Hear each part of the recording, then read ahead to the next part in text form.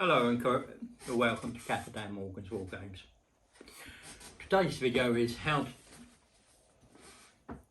to play Warhammer 40k 10th edition for charge trays. Before we get into the main body of the video, if you like my content, subscribe, hit the bell button to stay up to date with all of it, hit the like button as it helps channel, and share.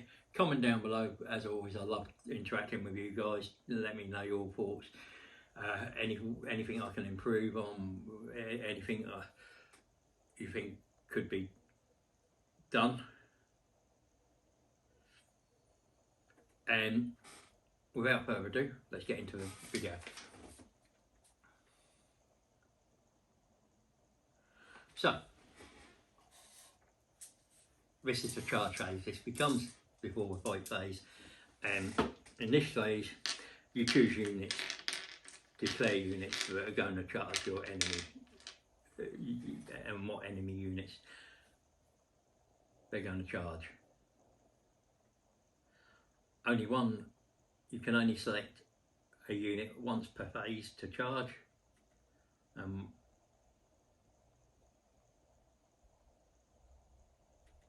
And once all of the charges are done, you progress through a fight phase. And the unit is eligible to charge if it is within 12 inches of one or more enemy units at the start of your charge phase, unless any of the following apply. That unit advanced or fell back this turn. That unit is within engagement range of any enemy models. So if this unit was in engagement range for that, it can charge that unit, basically. And that unit is an aircraft unit. So, what happens? Once you've selected an eligible unit to declare a charge, you must select one or more enemy units. So I'm going to charge that unit, and for argument's sake, that is about 12 inches away. So we'll move them a bit closer. But so anyway, so these are charging now. I now make a charge roll. There might be minuses or pluses to it if you've got stratagems, or they've been hit by a weapon that makes a minus to that. So this is what you would do. You roll 2d6, and I've got 10 inches. I would add to that, or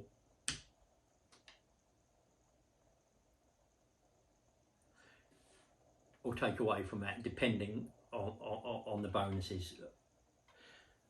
There is a charge bonus as well, that every time a unit charges, it has the Fight First ability. So, what happens? I've made the charge roll, I measure my distance,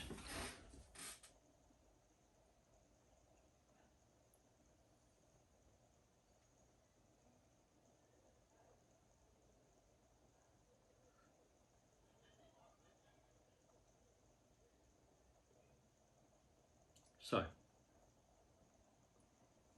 what can I do? I can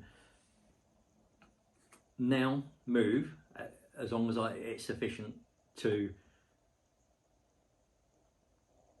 end my move within engagement range of every unit that I selected as charge, and without moving in engagement range of any enemy units I didn't declare. And it is still in unit coherencies. If I can't meet those above conditions, it fails, otherwise the charge is successful. There is a chance for my opponent to overwatch if he wants to spend a command point, but that's a special shooting that can be done, and if he hasn't already used overwatch as well.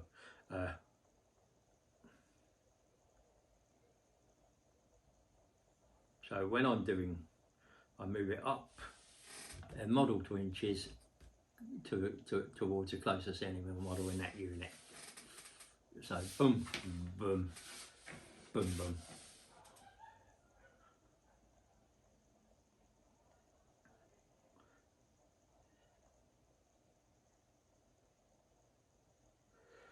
If you can also move a charging model so that it ends the charge moving base-to-base contact with one or more enemy models while still enabling the charging unit to end its move, satisfying all the conditions above, you must do so. The controller player chooses the order in which to move their models. So if I've got 2 units charging that, and this unit has got a 7, I can still charge them because I can still get within engagement range. However, if I did that,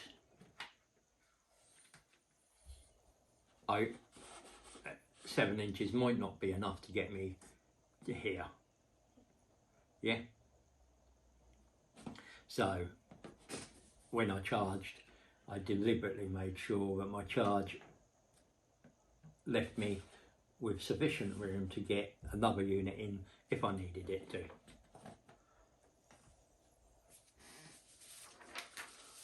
So one other thing to think about, if I'm charging over that, I don't need to worry about distance.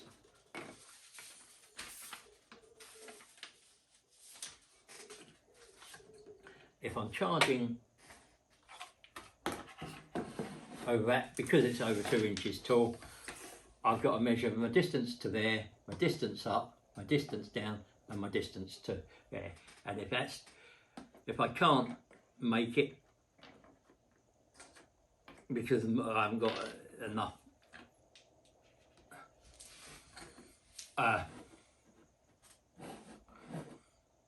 distance, then that's my fault. If I'm charging with a flying model from up here, I have to measure from base to base, the diagonal.